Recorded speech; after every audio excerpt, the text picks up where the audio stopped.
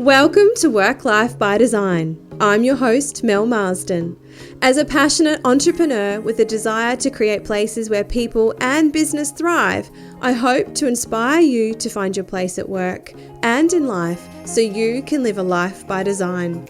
You'll hear stories of transformation, exploring everything from organisational psychology to brand, and identifying opportunities in your workplace and your life to inspire your human potential. So, let's get started.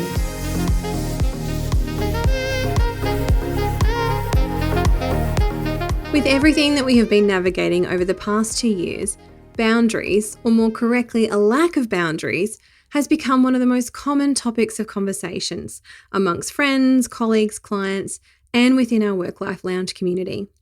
With the blurring of our work life and our home life as we've juggled working from home, the struggles of homeschooling, and just the general uncertainty of life around us, our boundaries are an area that many of us have referred to as needing to be better, to be stronger, or even that they need to be established to start with. So I thought this would be a great opportunity to invite today's guest, Dr. Rebecca Ray, along to come and speak to us about how we can be better at understanding and actually even setting our own boundaries.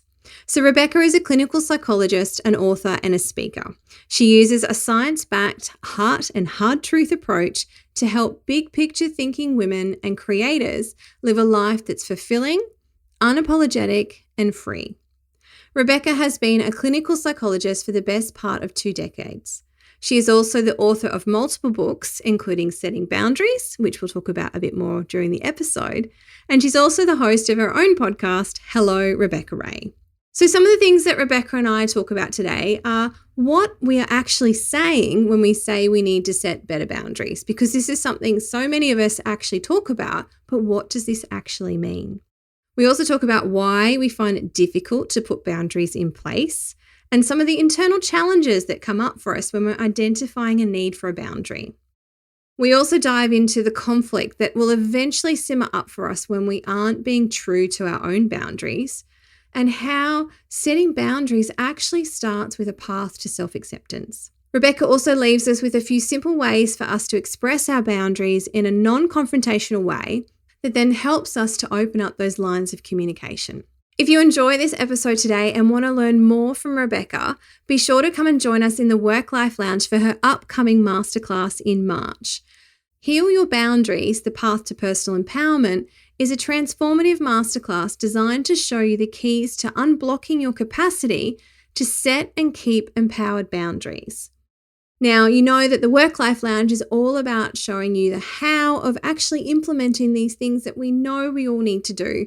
So in this masterclass, Rebecca's going to be sharing with you the role that your unconscious plays in stopping you from setting boundaries or causing your boundaries to disconnect you from others, who your inner leader is and why you need to be in touch with them every single day, and how to navigate your unconscious and conscious experience to heal your boundaries. So this is a really timely conversation for so many of us right now as we're still navigating the move into the office and the back home again and the kids going back to school. So I really hope that you enjoy this chat with Rebecca Ray.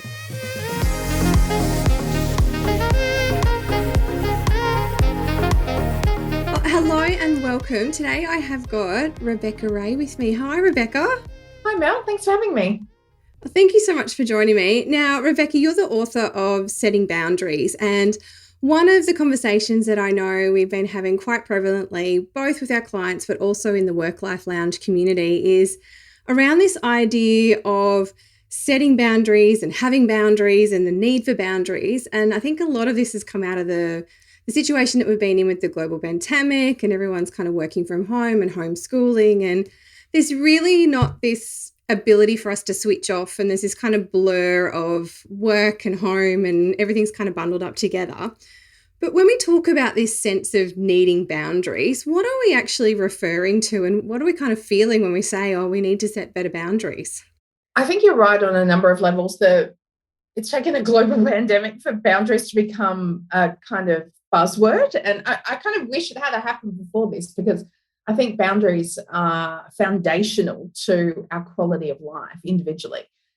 But the thing is, they kind of get a bad rap. So boundaries can tend to activate anxiety. They activate these feelings of worry about, will I be rejected? Am I going to be abandoned? Am I going to cause conflict? Am I going to rock the boat? Am I going to upset someone if I speak up for my needs? I always feel sad when I talk about that, because one of the things around that is it stops people from actually then being able to set boundaries that are going to support the life that they want to create. So my definition of boundaries is they are circles of preservation and empowerment that we draw around ourselves so that we can make sure that we can distribute our personal resources, things like our time, money, attention, love, and energy, in the directions that are aligned with our values. Because if you don't make a choice about how you're going to distribute those resources, then you're essentially giving away those choices to someone who's not you.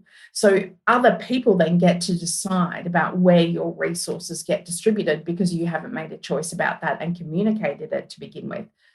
Now, in terms of boundaries in relationships, whether that be working relationships, partner relationships, parenting, friendships, or even simply just acquaintances, someone that just wants a piece of you in some way, I always like to think of them as the most beautiful gift that you can give another human being, that is essentially an instruction manual as to how to respect you and how to love you and how to respond when you want to interact in some way. So I like to think of it as a user manual or an instruction manual that we continually update and then we offer to other people, so that when other people want to interact with us, they know where our boundaries lie. If you don't communicate your boundaries, then essentially you're not doing yourself any favors, but you're also not doing other people any favors either, because how on earth are they supposed to know what it is that you need and what it is that you have available for them? I really like the way that you've just reframed that, because I think for so long, and as you kind of touched on, boundaries have had a bit of a bad rap because we see them as creating these ways to protect ourselves, which can be selfish, or other ways that kind of, don't enable us to share ourselves in a way that is supportive to those people around us. But by reframing that then about giving other people an instruction manual, you're actually helping them as well to be able to interact with you. So why is it that we've found it so difficult to put these boundaries in place? And I know that, I struggle with this too, and it depends who I'm with or who I'm talking to as to what boundaries I will hold and what boundaries I will flex. But I'd be keen to get your input on that. In terms of deciding about boundary flexibility, that's another discussion. Let's come back to that. But in terms of why we have so much difficulty around setting boundaries in the first place is usually because of fear. So boundaries activate our fear system. We're just a function of our biology. We are the most complex species out there, and yet we're just super simple in that we want to be loved. And because we want to be loved, and from an evolutionary perspective, the need to belong was actually critical to our survival 100,000 years ago. If you weren't doing the right thing by your tribe or clan, you ran the risk of being rejected or even killed at the time. So it was critical to have ongoing access to protection from the clan, information that they had access to, and of course, resources like food and water to just continue living, and the chance to reproduce, which is pretty important when it comes to a species. So as far as our biology goes, we can't help that. We're not going to turn that off. We need to belong to our people. And so at the very heart of what we do is the fact that we don't particularly want to cause conflict. We don't particularly want to put ourselves in a situation where we might be rejected. Now, if we kind of jump forward into 2022, for the majority of us who don't have the privilege of not facing life or death on a daily basis, we still have these subtle cues about needing to belong. And these subtle cues come in the forms of beliefs like, am I measuring up? Am I good enough? What happens if I speak up for myself and this person rejects me? What happens if this person judges me? What happens if this person pushes me away, or if I create some kind of conflict that I then can't cope with? So that's at the basis of most people's struggle with boundaries. We can go a step further, though, to say that there are certain types of people who have patterns to survive well in their relationships that make boundaries even harder for them. And those people are people pleasers generally.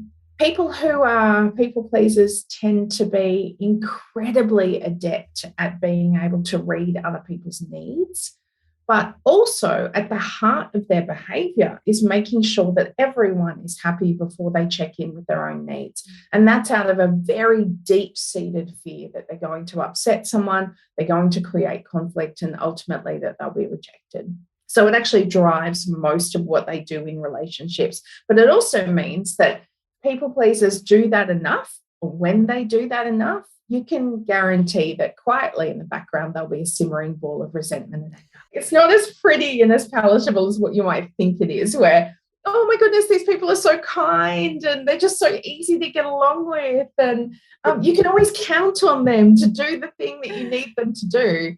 But unfortunately, behind the scenes, because they're not speaking up for their own needs, at some point they'll either explode or implode. So it's not necessarily a healthy way to be. So we need to be able to get to a place where we can really step into our own worthiness as a human being with value and as a human being with rights and needs that must be spoken for in order for us to be able to live a fulfilling and rich and meaningful life. And the thing is, if you don't do it, then unfortunately nobody else is going to do it for you. And if we only get one chance at this life, do you really want to give away that chance about how you live to someone who's not you? And that's an easier said than done kind of thing though too, because particularly if that's that deep-seated fear and you are a people pleaser, and I know that, again, depending on particular circles and who I'm with, you will walk that line and you'll become that people pleaser. And yes, you do end up becoming that simmering ball of rage and resentment because you're like, I've just been giving and giving and giving. How can we sort of check in with that? And what are some ways that we can start to kind of reclaim, I suppose, that power to understand where we need to set a boundary?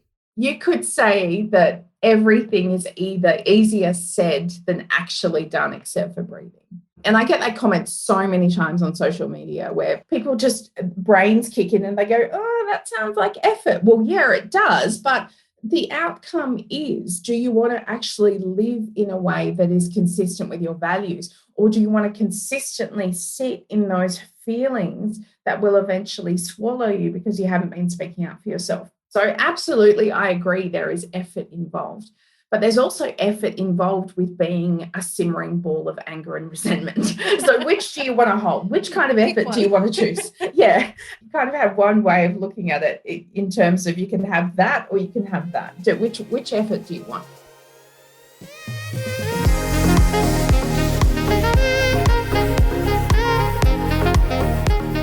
Jumping in to let you know that the doors to the Live a Life by Design 6-week experience are opening again this month. This is my signature 6-week live delivered program, taking you through the tools, the frameworks, and the philosophies that I have lovingly curated over the last 10 years to enable you to gain the clarity you need to design a life you love with joy and purpose. And to kick off the launch week fun, I have 2 very special offers for you for free. I'm going to be hosting a free 5-day challenge to take you from chaos to calm. Now, I'm all for productivity and getting shit done, but so often it is at the expense of our well-being and our sanity. But I know firsthand that sometimes the hustle can overtake and it can leave us burnt out, in a tailspin and drowning in overwhelm from that mounting to-do list that is surrounding us at work and in life. And so designing a work life we love is something that I want for every person, one that is aligned with your personal ambitions, your goals, and your aspirations for your life. And it's integrated with your career and your business. And sometimes, I get it, it's easier said than done. And sometimes the demands of work and life take over and we forget what we're actually aiming for and that chaos creeps in. So over 5 days, I'm going to be sharing with you ways that you can consciously take back the reins and get from chaos to calmness by reconnecting with the life that you want to live. So each day, I'm going to be sending you a quick short email taking you through the day's focus. Plus, I'll be diving deeper into each of the topics as I go live in our Facebook group to answer any questions and provide you with a few easy micro changes that you can make to regain your calm. Plus, by sharing your experiences of implementing the micro changes, you go into the draw to win one of 3 prizes, 2 of which are enrollment in the Live a Life by Design experience. So we kick off on Monday, the 21st of Feb at 9 a.m. Australian Eastern Standard Time, so hit the link in the show notes to come and join us. I'll also be hosting a free masterclass on Wednesday, the 23rd of February at 10 a.m. Australian Eastern Standard Time, setting you up for success. This masterclass is for leaders who are ready to step it up, reignite their passion for life, and design a work life that lights them up. In this masterclass, I'm going to show you how aligning your purpose and your values to your business will not only ignite your passion, it will also attract your dream clients. I'm going to take you through a visioning process to help you establish the clarity that you need in your business to take inspired action. And I'm also going to be talking about the roadblock that is preventing you from stepping into your dream life and what you need to do to shift it. So this masterclass is for you if you are ready to level up in your life and in your work. If you feel like your business or your career is killing you from the inside out, if you're ready to create a work life that lights you up and makes you money, you're living and working on autopilot, or you are just ready to design a life that is yours. So if this one's piqued your interest, make sure you register at the link in the show notes. It's going to be a fun week and I cannot wait to welcome our new members into the program. I'm only going to be running the program twice this year. So no matter where you are in your life, if you're feeling burned out, lost, trapped, or if you've fallen out of love with the life that you thought you wanted, let's say goodbye to living your life on autopilot. Over 6 weeks, I will guide you through my framework for taking back the reins and designing a life that will bring you joy, clarity, and be filled with purpose. I would love you to come join us. So now, let's get back to the episode.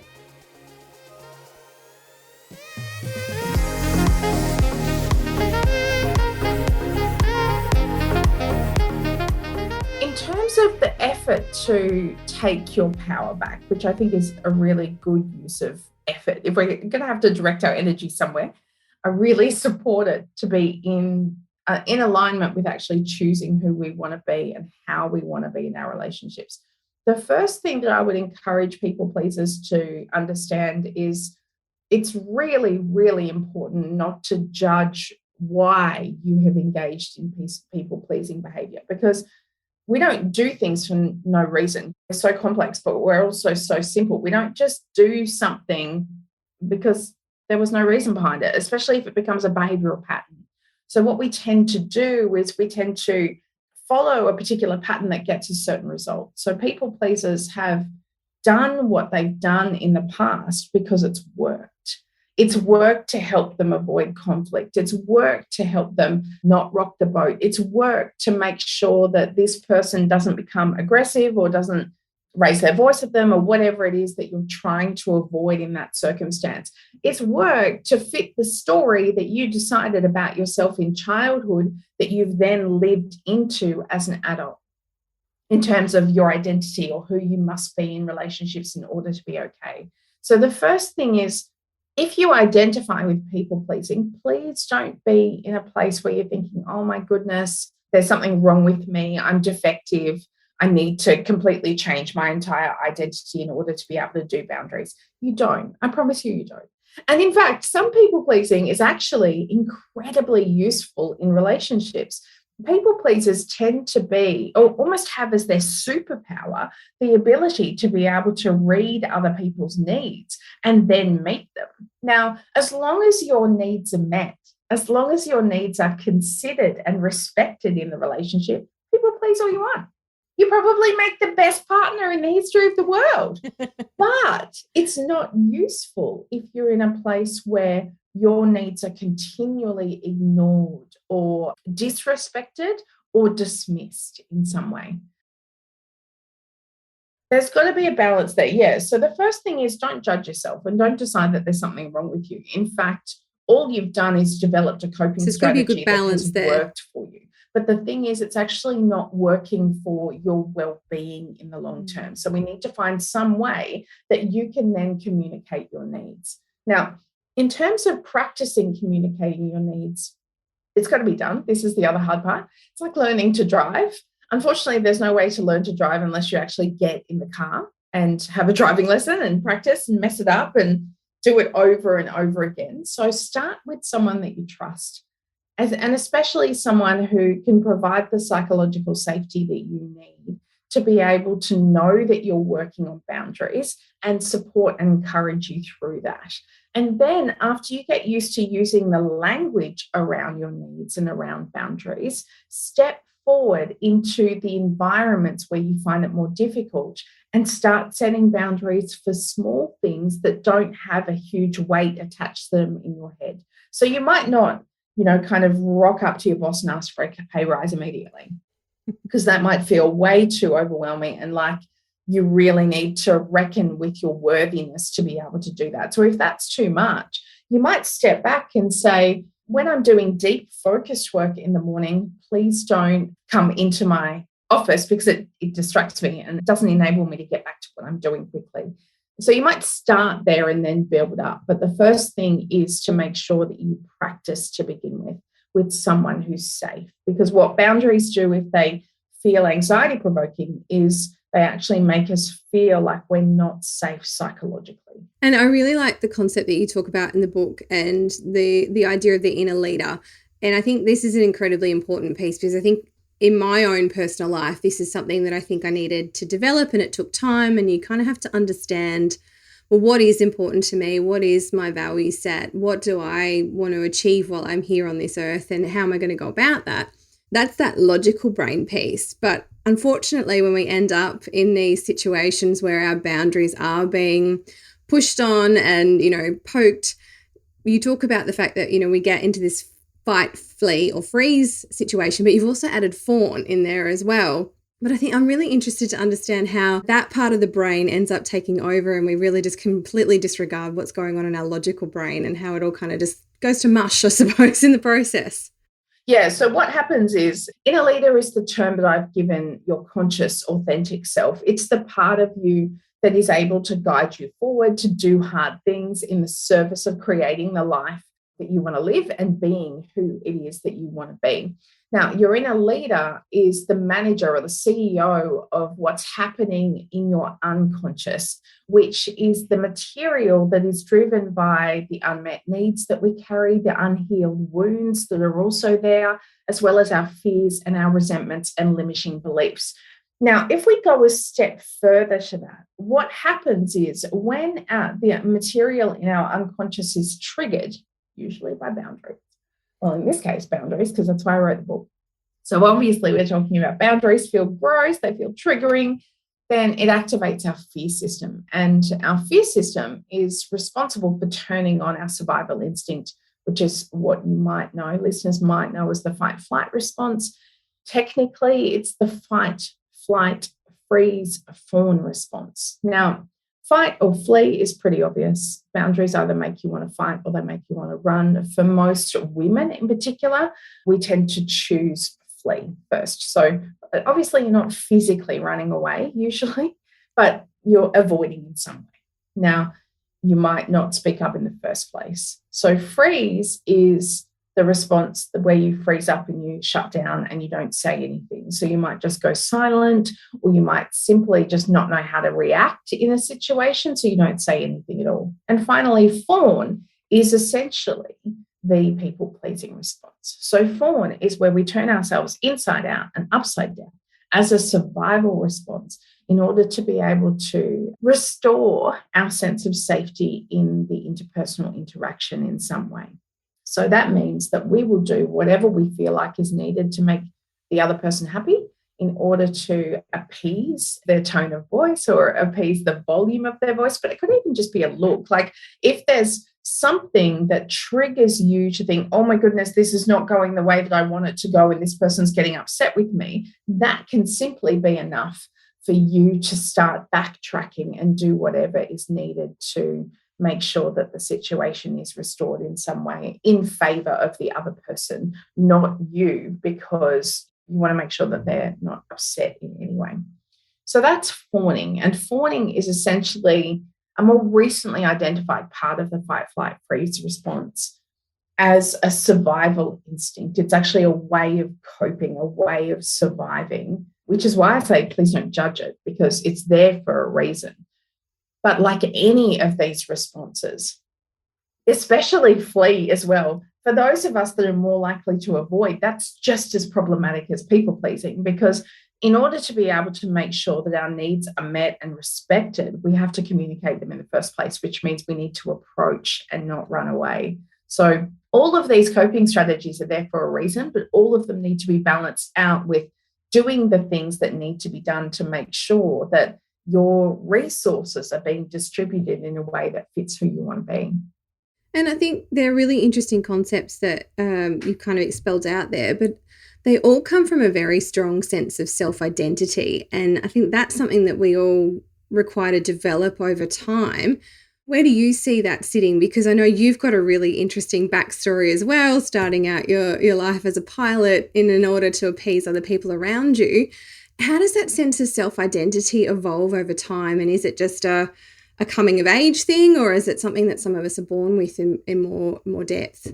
I actually don't know the answer in terms of are we born with it or do we come into it? My theory is we would probably do a combination of both, also depending on what your personality style is to begin with. So I've always had a strong personality where I knew what it was and who it was that I wanted to be, but that wasn't necessarily authentic with what I knew about myself at the time. So it was still influenced by my developmental stage in adolescence, by a history of trauma, that kind of stuff. We can't get away from those environmental influences. But when I say I've had a strong personality, I could say no to drugs. I could say no to drinking. I was never a teen that went out clubbing. But at the time, I remember thinking, that's just because I don't want to run with the crowd. Like, I don't want to be someone that just says yes because all the others are doing it. Why on earth would you want to spend the weekend vomiting because you spent too much time drinking on Friday night? But at the time, actually, what that was about was I hate late nights. I really hate them. I just can't do them. I go to bed with Big Dog like 7:30 and my toddler's ready for bed and I'm like shutting down as well. Let's go. No worries.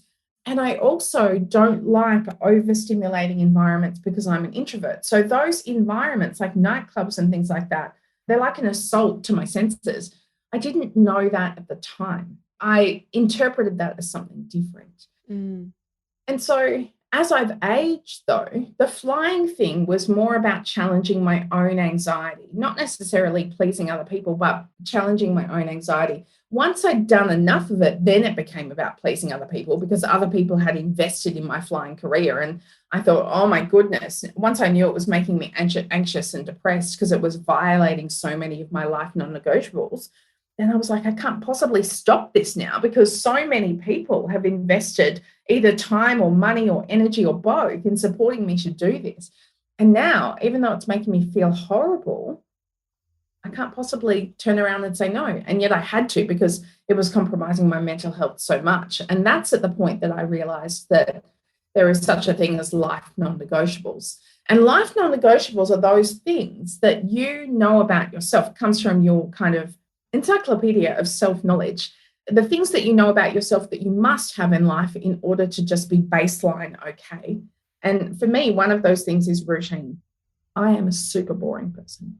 I really like doing the same thing each day. I go to the same office. I sit down at the same desk. I just love it. I spent the vast majority of my clinical career treating police and emergency services personnel and military personnel, either current serving or retired.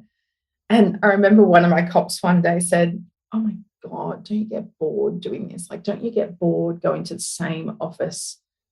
And I said, I couldn't do it any other way. I really loved the routine that repeated every day. It makes me feel a really strong sense of psychological safety. But I have a lot going on in my head. So my creativity and my exploration happens internally. It doesn't necessarily have to happen externally. So remember, this is about getting kind of coming to a place where you're a curious scientist, not a drill sergeant about what you should be, what you have to be in order to be accepted by others. Once you just accept that that's part of how you're made up, then there's a way to be able to step forward into knowing who you are and what you need in life to be able to set up your life in a way that gives you that. So I had to leave flying because everything changes with flying on a daily basis. Not the checks that you do, not checklists, not safety things, but everything else changes. Weather changes, air traffic control directives change, other traffic in the air changes, the flight planning changes, everything changes that you can possibly think of. And I just did not deal. That was not okay. And so despite the fact that I could fly, I never failed a flight test. I was like well beyond competent. I could do the physical flying. I was violating non-negotiables like a need for a routine and also a need to not work with maths every day. So I don't do visuospatial things. I don't even reverse park my car. I don't do maths, not my thing. But if you ask me to sit down and write an essay or a book now, I wasn't an author back then, but it's like, fine, I can do that. When it comes to self-knowledge, the thing is about understanding what makes you you and how you can harness those life non-negotiables to set up a life where you actually thrive because you're using skills each day that are very much in your wheelhouse and allowing you to shine. You mentioned a bit there about accepting, the drill sergeant versus just kind of accepting who you are. That takes an incredible amount of self-compassion and self-awareness and reflection. How have you worked with people to kind of navigate through that and get to a point of acceptance so that they go, yep, this is actually who I am and this is what I need to be true to myself, and then to be able to take those steps forward to implement and set those new boundaries? So I always start by encouraging people to understand that there will always be parts of you that you like and parts of you that you find less palatable, parts of you that you're working on healing or forgiving or improving. And once we understand that we're made up of all the parts, it becomes much easier to come from a place of acceptance rather than a place of, I've got to get rid of the bits of myself that I don't like, or I've got to absolutely change them in order to be okay.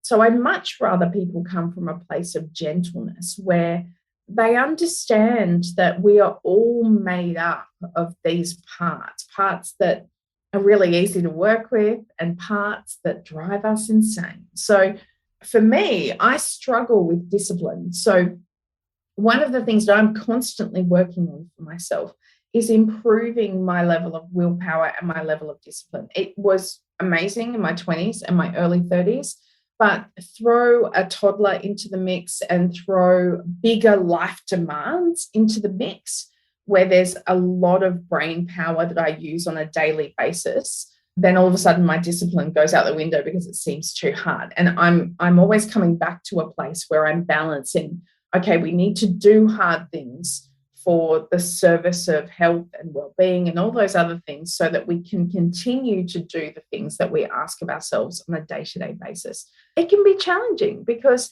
we only have so many resources in the day to work with. And so one of the things that I think people might struggle with is either going for perfection to try to be this perfect human that's got it sorted out, or allowing yourself to constantly be evolving. And that's where I come from with people that I work with and also clients that I used to work with is when you come from a place of acceptance to begin with, that you're human and therefore will always be imperfect and will always be working on some part of yourself, and that's okay. The importance is the next step to be able to move forward is that you don't make that part bad, or you don't make that part as something that you're fixing in order to be okay. You are okay exactly as you are, even with those parts that you're working on. And that must be such a challenging thing to, and I know for myself, there's always little bits that you go, oh, I wish I was a bit better at that, or, that would be nice if that was, not quite like that. That self-acceptance is a big journey. It is. And it can depend how it shows up for people. So it can show up in various ways and in various life areas. But one of the things I love is aging. Aging is such a privilege. But what it's also brought to me is this expanse where I just don't care as much as I used to care. So I have so much going on that it's like my care is now reserved for things that are super important and aligned with my values. And gone are cares for what other people think or what other people might judge me for. I just don't have time or the headspace to worry about it. And so aging, I think, is one of the things with self-knowledge that allows us to fall into the comfort in our own skin, both personality-wise, body image-wise, and also life choice-wise, to be able to say, you know what, this is who I am. Take it or leave it. I only have this much available in my brain space to think about this thing. So there goes comparisonitis. All of those expectations start to kind of fall away, I think, as you get a little bit older. There's less fucks given because you've kind of narrowed in on what is more important to you and focusing on that as you do kind of realize that through the growth. So look, once we're really clear on our boundaries and we're communicating them, how can we hold them so that they're really strong when other people are pushing against them or disregarding them? What are some ways that we can kind of be, strong within ourselves to go, no, I've set this boundary for a reason. This is important to me. How can we hold that with other people and do it, in a compassionate and polite way? Because I think that's the other thing that people tend to see with boundaries is that they're being aggressive or they're being difficult or other things like that. It's like, well, how can we hold them in a respectful way that works for us? I actually think that the easiest way for listeners to work with this is to use I feel statements. So I feel statements are the easiest way to communicate assertively while also retaining the responsibility for the feeling and communicating in such a way that you don't necessarily or don't as readily activate the other person's defensiveness. And I feel statements are simply, I feel whatever the feeling is when you do X or whatever the thing is that's triggering you and what I need is. So following up with a statement of what I need. So here's the change that I would like to make in this situation. For example, I had a conversation with my wife, Nissa, the other day, and we've been time blocking our schedule. So we've been working on time blocking rather than working from a to-do list. So I'm changing the way I work this year, where I have 3 books to write. So basically I have to get out of my own way, right? Because in the past, I pushed myself against a deadline and then nearly had a breakdown because I'm like, this book is due, the manuscript is due on a certain date, and I've left it until now. And so Nissa and I have had a conversation about time blocking and what that's going to look like for both of us. And we had a conversation about her boundaries around time. So her boundaries are often more flexible around time than mine because she's a musician and a very much a creative and incredibly talented, like one of these stupidly talented people, actually, where she can sit down and play a piece by ear, either on guitar or on piano. She also plays drums, she plays bass, she plays all the things. And she's a vocalist. She can sit down and compose. She's composed for movies. She's composed for documentaries. She's just like stupidly talented. But her strong suit is in that creative space. It's not then in the planning space to get to a point where it's like, oh my goodness, it's this time in the afternoon. Now I need to stop and go and do the thing that runs the rest of our lives. And so I've said to her, I feel anxious. I actually do feel anxious. I feel anxious that I can't necessarily rely on you to know what time it is, to then know what needs to happen next in our daily schedule as a family. So I feel like I hold the mental load for both of us around time, and that I have to follow you up because you're not checking what time it is, or you're not checking your calendar or whatever it is. And what I need is for you to have a system around that so that you can retain your side of the mental load and I can retain my side of the mental load, so that we're each doing the parts that contribute to the whole of our family running as it does. Now, in that situation, when you communicate in such a way as going, I feel, I'm taking responsibility for my feeling. I'm not saying you're making me anxious. Every time you're late, it makes me anxious, or I don't feel I rely on you. I'm not attacking her. I'm simply saying this is the impact that it has on me when this happens. And then when we go, what I need is, what that does is it opens space for us to be able to communicate and to be able to problem solve together around what can that look like, especially if you're talking about something that might be difficult for the other person. So, and this is not a planner like I am. I will have thought about 15 steps ahead, and she'll be thinking about just right now until the next right now happens, which is, I guess, why she's such an amazing musician. So I really encourage listeners to just do something really simple to be able to start with assertiveness, because if you make it too complex, then you're not going to A, remember it when your fear system is activated, and B, you're not going to feel confident with using a technique that's too complex. So just start with those I feel statements, but also understand that the outcome is greater harmony for both of you. Great advice there. And I think that's a really nice way of, like you said, it's not attacking. It now becomes about that piece where I've taken responsibility for how I'm feeling about this. And now I'm setting a new space for us to be able to have that conversation. So really great insights today. And I appreciate the time that you've given us today, Rebecca, to take us through this. And for all of our listeners who are tuning in with us, if you want to dive deeper into this, the book is called Setting Boundaries, Care for Yourself and Stop Being Controlled by Others. And I can highly recommend it as a very good read. But Rebecca, you've got some other exciting things coming up as well at the moment. I do. My signature program, Intentional Business, my mastermind that I run each year, is open again for enrollments in March. So we spend 7 months together, a very small group. I only take a maximum of 10 women into the program. And we spend 7 months together working on a whole series of transformative content, mindset content around business to really help entrepreneurs step into their potential.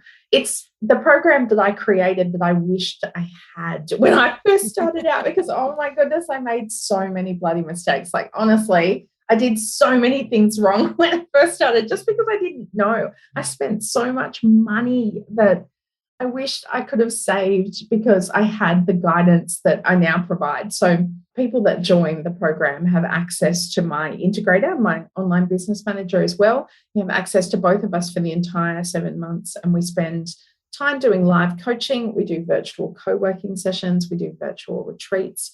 You get access to all of my courses for the life of the course as well. And of course, you get a ready-made business family. So I really encourage people to track me down. You can find me on social media as @Dr. Rebecca Ray.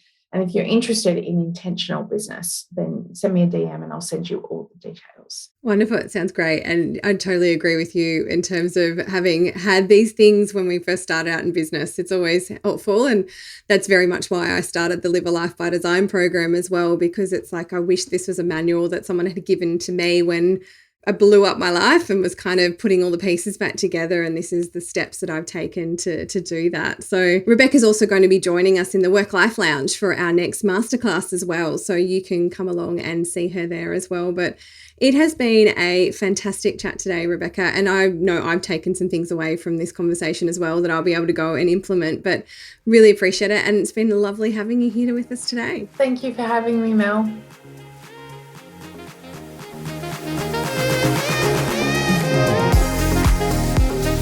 Thank you for joining me for Work Life by Design. If you enjoyed this episode, I'd love you to rate, review, or subscribe, or all three, in iTunes and share it with your friends so we can continue to build this community. I would love to hear from you, so if you have any thoughts, questions, or suggestions, you can connect with me on Instagram @Melma or send me an email at melissa@melissamarsden.com.au. I hope this episode has given you a few sparks of inspiration so that you can design a work life you love.